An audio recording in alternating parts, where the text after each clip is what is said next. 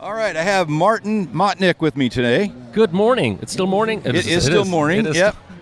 We did something unique today. Yeah. We've had Martin on the show once before, maybe Right. twice before.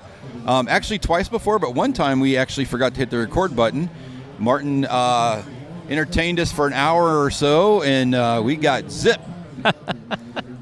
But he was nice enough to come back and do the show again, and really a great sport, man. So really appreciate that a lot. Absolutely. It was a trial run, and you just had to listen to my stupid jokes twice. So No, they were good jokes. They were good jokes. They weren't bad at all. I'm German, so I'm not known for my humor. I've heard that before from other German people. Right? Yeah. That's actually, when you call me, that's my voicemail. I was like, hey, thanks for calling Martin's mailbox.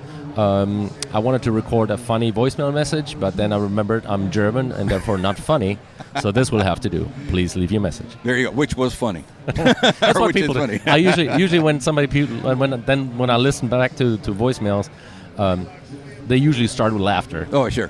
So that's good. awesome. So what's Accept up to these days? So we're on a short break right now because we played 96 shows last year. Yeah. All over the world, or let's say South America, North America, and Europe, and almost Asia. We're in Istanbul, so we could see it. Wow. And so we had a lot of shows last year, and so we are currently, I would say, on a live break, on a concert break, but we're about to go back out on the road. But the reason why we're taking a break is because next year is the 50-year anniversary of the band. Nice. And we're working on a anniversary album where we're going to re-record some classics. And I'm not sure if I'm allowed to say that yet. I don't know if Wolf is going to reprimand me for that. But so we will have some guest musicians on. Good. So we're going to re-record some stuff. With some guests and people that were influenced by Accept. That's the concept. I can't say any names yet because I don't know who's confirmed. I've heard some names, and it's going to be good. So you better want to stay tuned. Yeah, that'd be great. But we're definitely big Accept fan. Awesome. Back in the day, I remember when they opened for Kiss, and I was like, okay. I remember that show, and that I was a fan from that moment. Nice. So it's just been a ride. So it's been awesome. Excellent. Yeah, I was just so we have some shows coming up in May in Japan. First, we start in M3 in Maryland in May 3rd. Then we have some shows in Japan, and then we're going back to Europe, and we're going to be opening for Judas Priest. Oh, nice. On 4 shows. That'll be a great show. Oh, hell, that'll be a great show. I'm really looking forward to that. Bring that show back. All right? That'd be awesome. Here, we would like to see that. And because you just said you big fan since back then, and that was me, because we had my brother and I, when we grew up, we shared a bedroom, and we had the Accept poster on the wall, or a Judas Priest poster on the wall, opening act, Def Leppard, special guest, Accept. And that was 1981, I think, and that was and so now opening for Judas Priest is like it's coming full circle. Well, how does it feel being in a band that you admired back at that time, and then now you're in the band? Right. I mean, that's crazy. It is, and it's something that a lot of musicians experience, especially ones that later join a band that they were fans of. It's of course, on one side you're a professional, and that's what you choose to do, and that's how you go, and you just deal with the fact that that's just those your idols become your colleagues. Yeah. But there are still moments where you stand there and you're like on stage and you look to your left and there's Wolf Hoffman rocking out next to you. You're like, I'm really on stage with this guy. Yeah. It's surreal sometimes. Yeah. So I'm very lucky, and I appreciate the fact that I get to do this and I get to turn my passion into my profession. Yeah. And especially when it's a year like last year, we were constantly like especially South America is like a show. Next day you fly, next day show, next day fly, next day, and it's like from Brazil to Chile, from Chile to Honduras, from Honduras to Ecuador or Colombia, then to Mexico, then back down to Brazil because somebody decided that routing would make sense. Wow. And so it's really easy to get kind of bitchy because you're in it and you're like, oh, I gotta get up early and I'm tired and I don't want to do this, and that's a grind. I mean, it truly is a grind. I mean, it is, and it can be, and but then you have to remind yourself what you're doing and why you're doing it, and so that's why I try to remind myself in these moments. And I can imagine looking out in the crowd, seeing the reaction that you get. That takes that grind, and it's like, okay, that's all worth it. That's why you're doing it. Exactly. The adrenaline. I mean, it's interesting. We talk about people that retire at some point, right, from their career, right, and then you find them a month later. They're doing a show here or a show there. It's because they don't know anything else. It's part of them. And plus, it's like a fix, you know? Yeah, absolutely. It's like a drug for sure. Yeah. I mean, it's adrenaline rush. It's all of that. The appreciation that you get, and the love, and it would be hard to give up for sure. For sure. So, and even in my job, I mean, I don't have a job that does that stuff, but to the point where I can get close to retirement now. But it's like I don't. What would I do? Right. I mean, so it's like except for do this and talk to you guys, which is cool as hell. So I'll keep thinking doing that. Of course. So you had a solo record came out last year. Or was it last year or the year before? It was technically, I think it was 21, but like 22. Yeah. So okay. I thought it was just last year. Time flies. It does fly. It does fly. But it was a good record. So thank you. I purchased that. And thank you. Got Thanks the for the support. whole autograph thing going on. It was really cool. So thank you. Then we had you on the show, and that's when we screwed that up. So there you go. It was funny. So last night, how was last night playing at the group with the group? Well, so my big influence was Billy Sheehan. Yeah. And so when I don't know if you listeners know about that. So last night was like the ROCKNPOD pre-party jam called Rare Hair. It's usually put together by Tyson Leslie. He's a multi-instrumentalist, big mover shaker here in Nashville. Also plays keyboards for Vixen, and he put this together. And so he signed me up to play bass for Billy Sheehan.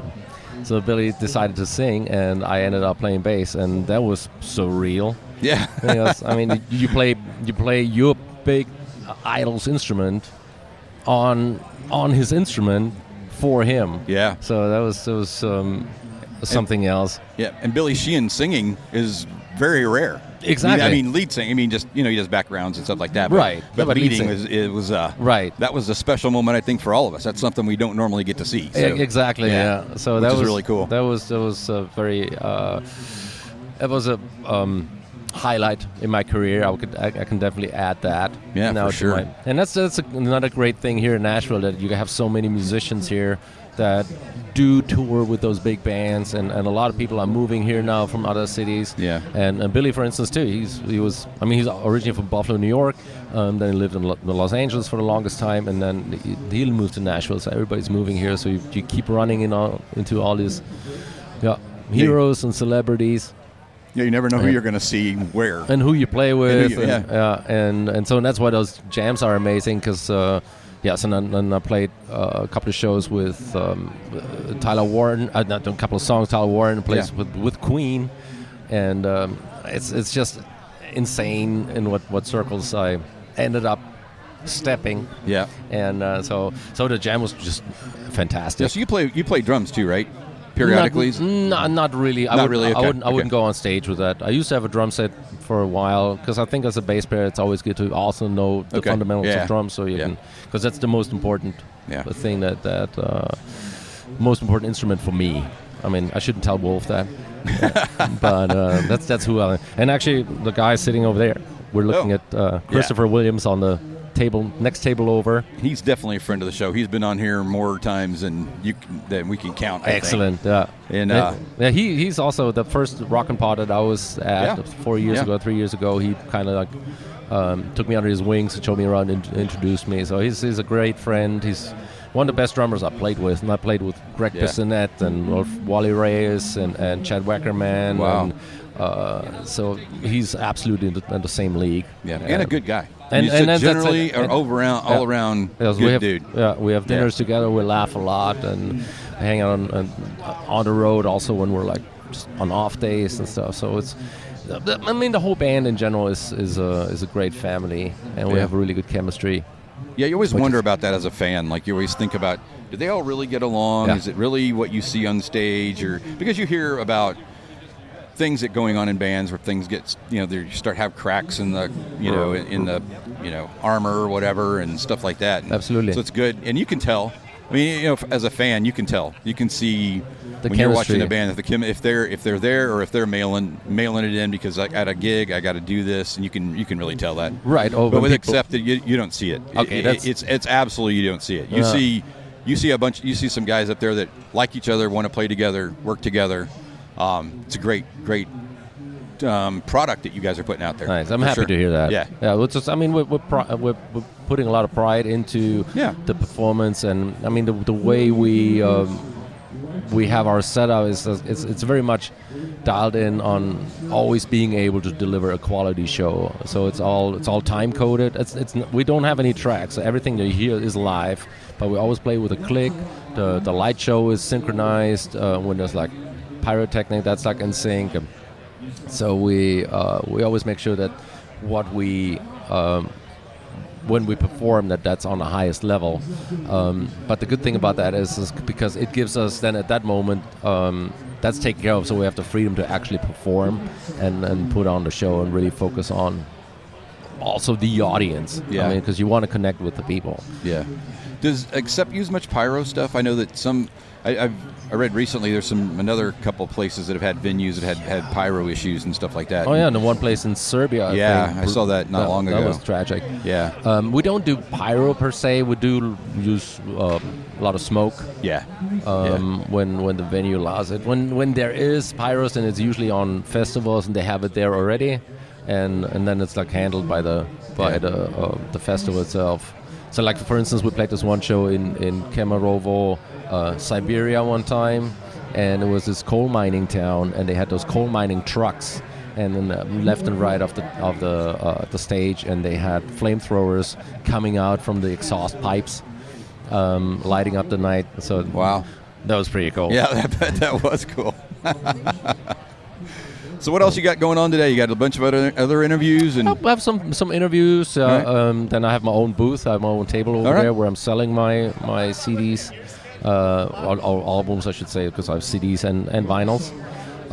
Then I'm also promoting my recording website because people can hire me to play on their music. So I have this website, studiobasis.com. Actually, I have a gift for you. Oh, awesome! This is my Sweet. digital vinyl coaster. Nice. And so on studiobasis.com, people can contact me and can hire me. And I don't just play heavy metal. So I mean, I come from a rock background, but I've played jazz. I have an upright bass.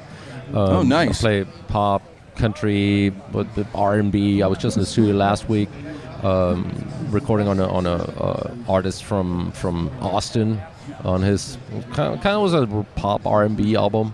And I enjoy all kinds of music, all kinds of styles to play on, and I really enjoy that. And so that's something else that I do, doing a lot of studio stuff. And today I'm just being here, enjoying talking face to face, because most of the podcasts usually happen remotely. Yeah. And if it's video, then we can at least talk to each other, right? Or look at each other. I mean, but it's always better to like be face to face and smell each other. Yeah. Well, hopefully this continues going on. That'd be great. That's Jessica, my girlfriend / assistant for today. And she's doing a good job of selling you. She's wearing your merch. That's what she's supposed to do, right? That's fantastic. I'm a lucky man. You are a very lucky man. Well, Martin, thank you very much for some time today. We really appreciate it. Sounds good. All right, Have man. a good day. You too.